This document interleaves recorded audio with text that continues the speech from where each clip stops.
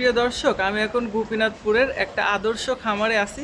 দেখতে পাচ্ছেন দর্শক, আমার পিছনে কিন্তু হলস্টাইন ফ্রিজিয়ান জাতের গরু দেখা যাচ্ছে, শাহিওয়াল জাতের ষাঁড় গরু দেখা যাচ্ছে এবং এখানে কিন্তু মহিষের বাচ্চা দেখা যাচ্ছে। এই জায়গায় কিন্তু 4টা মহিষ আছে। ভাই কিন্তু গরুর পাশাপাশি মহিষ লালন পালন করে দেখতে চাচ্ছে আসলে কোনটায় প্রফিট বেশি হয়, যেটা প্রফিট বেশি হয় সেটা কিন্তু সে করবে। দেখতে পাচ্ছেন দর্শক, এই জায়গায় কিন্তু সবই হলস্টাইন ফ্রিজিয়ান জাতের গাভী গরু। ভাইয়া কিন্তু সর্বপ্রথম কিন্তু ষাঁড় গরুর খামার শুরু করলো।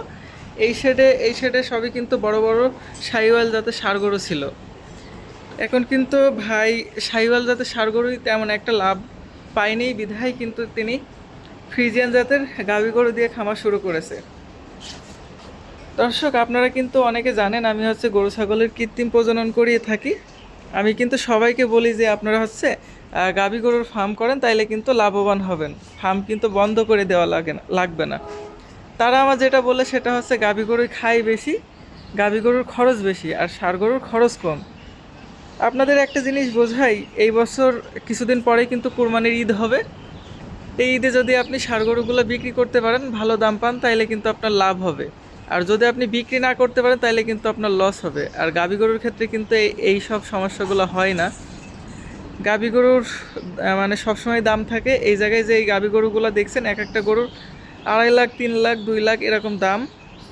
আর যে বাচ্চাগুলো দেখছেন, এই বাচ্চাগুলোরও কিন্তু 1.5 থেকে 2 লক্ষ টাকা দাম হবে। তার কারণ এগুলো সবই কিন্তু হলস্টাইন ফ্রিজিয়ান ভালো পার্সেন্টেজের একটা গরু। এটাও কিন্তু একটা হলস্টাইন ফ্রিজিয়ান গরু। আর হলস্টাইন ফ্রিজিয়ান গরুগুলো কিন্তু 14 থেকে 18 মাসের ভিতরে হিটে আসে, মানে 2 বছর হওয়ার আগেই কিন্তু হিটে আসে। আর এই গরুর আমরা যেটা বলি সেটা হচ্ছে দাঁত ভাঙা, মানে দাঁত ভাঙার আগ দিয়েই কিন্তু সে বাচ্চা দিয়ে ফেলে। তো যারা গরুর খামার করতে চান তাদের আমি বলবো যে আপনারা অবশ্যই গাভী গরু দিয়ে খামার শুরু করেন। ইতিমধ্যে কিন্তু সোহেল রানা ভাই চলে এসেছে, ভাইয়ের সাথে একটু কথা বলবো। প্রিয় দর্শক, আসলে ভাইয়া ক্যামেরার সামনে আসতে রাজি না, ওই জন্য ভাইয়াকে নিতে পারছি না। পরবর্তীতে ভাইয়ার এই ফার্মে যে কাজ করে তাকে নিয়ে আমি একটা ভিডিও বানাবো, আপনাদের দেখাবো।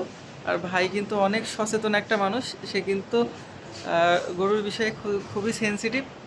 আর একটা জিনিস দর্শক, এই ফার্মে কিন্তু একজন কাজ করে, সে কিন্তু এই জায়গায় থাকে। আর গরুর যে খাবার, সে খাবারগুলো কিন্তু এই জায়গায় রাখে, মানে এইখান থেকেই এখানে ঘাস রেখে এখান থেকে চুরিয়ে কিন্তু সমস্ত গরুগুলো দেয়। আবার অনেকে কি করে যে গরু খামার ছাড়া অনেক দূরে গিয়ে আপনার হচ্ছে ঘাস কাটা জায়গা, থাকা জায়গা এগুলো করে। আসলে এগুলো ঠিক নাই। এখানে এই জায়গায় এইভাবে সেট আপ করার কারণে হচ্ছে এই চাষা এই জায়গায় ঘুমায়। যদি একটা গরু অসুস্থ হয় তাইলেও কিন্তু সে টের পাবে, যদি একটা গরুর বাচ্চা হয় তাও কিন্তু সে টের পাবে। আর কিছু মেডিসিন এই জায়গায় রাখে। ভাইয়ার কিন্তু প্রতিদিনই কিন্তু 70-80 লিটার দুধ হয়। পরবর্তীতে আমি মাস 2 মাস মতো আগে আসছিলাম, এখন প্রায় 10 থেকে 15টা গরু ভাইয়া বাড়িয়েছে। তবে সবাই ভাইয়ার জন্য দোয়া করবেন, ভাইয়া যেন অনেক বড় একজন খামারি হতে পারে। আমিও দোয়া করি ভাইয়ার জন্য। আজকের ভিডিও এই পর্যন্তই। যদি ভালো লাগে আমার চ্যানেলটা সাবস্ক্রাইব করবেন, লাইক কমেন্ট শেয়ার করবেন। পরবর্তী ভিডিও সবার আগে পেতে পাশে থাকা বেল আইকনটি বাজিয়ে রাখুন। আসসালামু আলাইকুম, আল্লাহ হাফেজ।